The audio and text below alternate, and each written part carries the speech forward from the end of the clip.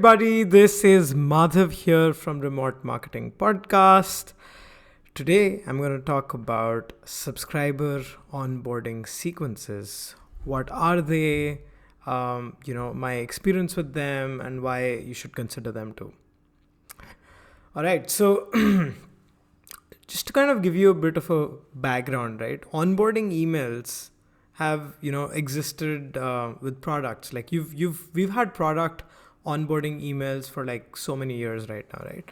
And they were primarily meant to get to make it easy for users to kind of understand the product and kind of get them as soon as possible to the aha moment where they really just realize the value of the product, and then they can start paying, right? And they're almost like a must have in most software products today, right? But if you kind of look at your email list, right? Let's say you've got the real users are, let's say, about 10,000 or 100,000 users. Usually your marketing subscribers are like double that or like 10x of that. Depends on what kind of a blogging strategy you have here. People collect emails through content upgrades, forms, some kind of an ebook launch or some kind of a partnership with somebody, whatever that is.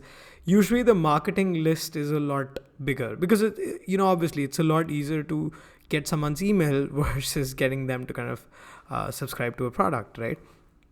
And so that kind of warrants the need that you have a really big audience of people that could potentially become customers someday, right? Now you have two options here. You can either let them reactively consume your content, or you can, make them proactively consume content. So what I mean here is that you could just get them to subscribe through a form, and then they wait for your email, let's say once every week or irregularly, maybe once every 5-6 months, with like, hey, here are the new blog posts that we published. Hey, we've published this new ebook, or hey, here's our product launch. Upvote us on Product Hunt. You could do that, right? But you always have to remember that with all of these, the marketing subscribers that you've acquired till now are primarily funded from the efforts that you got from the customers you brought in, right? Like, so these marketing subscribers need to, convert to customers for them to be, serviced in a way that you'd want them to be, right? So you could, that's how they reactively consume content. Someone signs up for from your form, and then they get a newsletter from you, every once couple of months, and they're like, okay, someday they're like, oh, you know what, it's, I'm done with it, and then they just unsubscribe. Now you could also just proactively hand them the content that's best for them. Now this can happen in many, many different ways, but really it's just taking, if I could just simplify this, taking some of your best content, making it consumable in a way that you kind of keep feeding them the best pieces of your content from your blog, in a way that you can kind of move them through, the customer life cycle. I mean, from top of the funnel to bottom of the funnel to eventually making them a customer, like really nurture them through your content, right? And there are obviously a lot of benefits there. You can make your subscribers, be advocates for your product. You can make your subscribers be, affiliates. You can make your subscribers to be customers, right?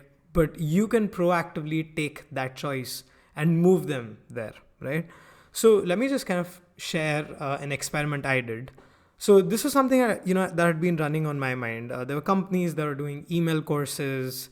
We were doing email courses ourselves at Hubstaff, and I just realized that I had created a lot of content on my own, a lot of different blogs based on our growth journey, how we grew from a certain revenue milestone to something else, how we were scaling a particular channel, all of that. And these pieces were like everywhere, some were on a Salesforce blog, sometimes it's on my own blog, sometimes it's on somebody else's blog. It was all over the place, right? But what I would often see is that people, 3 years later would come to me and just drop me a message on LinkedIn saying that, hey, Madhav, your this piece of this article really hit home, and thank you so much for writing it, and blah blah blah. And it just got me thinking that why not, I just take all of this content and kind of put this in an email sequence. For my own subscribers. So I have a site called madhavb.com, and then I have a site called remotemarketing.org. Madhavb.com is my personal site. Remotemarketing.org is, kind of like where I write all of the marketing stuff and where this whole podcast is, hosted there. So what I did was, I used this tool called ConvertKit. It's super nice. It allowed me to kind of create like a drip sequence of emails. And what I did was that in each email, I kind of literally just copy pasted the content of my articles in a way that it made sense, in that kind of a sequence. So let's say, for example, my drip emails kind of started in a way like welcome email that, you can expect, hey, thanks for signing up, blah, blah, blah. You can expect to get 6 emails from me for the next 6 weeks, which will just talk about how I kind of grew a company, with a remote team or whatever positioning that I took there. And then each of those articles was basically, like how I grew from 0 to 1 million, 1 to 2 million, what challenges we faced between 2 to 4, what were the channels that drove us there, and then kind of like that. You can see the story there, right? So I just set that up. I literally just copy pasted those articles into the email, set that up in ConvertKit, and sent it out. And I was so surprised by the kind of results I got. So it was all automated. That's the beauty about you can automate it with a bunch of tools. I'd also tried Mailshake in the past, and it's a good tool, but it's probably meant more for like cold outreach versus if you're trying to build an email list. For that, I'd definitely urge you to give ConvertKit a try. So yeah, I set that up, and the way I would, like, whenever someone subscribed, I would, like, every week I'd get emails from people like, oh my God, these emails are just amazing. How often do you write them? Or sometimes it would just spark a conversation, for consulting. Or sometimes it would be just, like a general chit chat, and then we'd just meet up in the city. It was really impactful. So what I did was, after seeing some initial, success on this, I wanted to try it at scale. Before I come to that, I just wanted to let you know that if you want to check out the sequence, right, it still is there. So if you can go to madhavb.com/subscribe, right, and just put in your email, you will, get this 5 or 6 email sequence.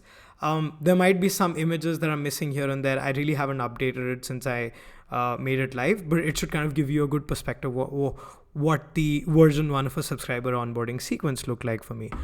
So anyway, back to the story. So I tried to, see if we can try it at scale, So I had a consulting client of mine, and what we did was I saw a perfect opportunity there. We had a lot of great content, for a particular niche, and then I just thought let's try it out because we had like hundreds and thousands of email subscribers. So what I did was I took some of the best emails, kind of crafted it into a story or a positioning, make it into an email course that was really just the that was like a one of a kind email course that that didn't exist anywhere else, with content that already existed, like literally just copy and paste the articles into the emails. Just a little bit of minor edits here and there. And what was interesting was that when I set up this sequence, within less than a month, it kind of just paid for the consulting fees that I charged for the whole project. And then it continues to bring in great customers on a monthly basis. Like at the time of this writing, it roughly drives about approximately about 80 paying customers a month, which is insane, because these were people that would never have that were just lying around. Like, these were just marketing subscribers. Not a lot of value could be out of them, but they are converting at a really high level. And the best thing about the subscriber onboarding sequence is that it's like a set and forget kind of experiment. You invest probably 2 or 3 weeks into kind of building this beautiful sequence, and then you just forget it, and then it's going to keep giving you results for months and years, and for however long you want. Like the sequence that I've set up on madhavp.com was probably 3 or 4 years back, and it continues to drive great results today. So I would definitely urge you to think about that your marketing subscriber list, right, is a gold mine, and you have the power to get them to proactively consume content and then be nurtured into customers. Your content is just lying there. You created the content. It's on your blog.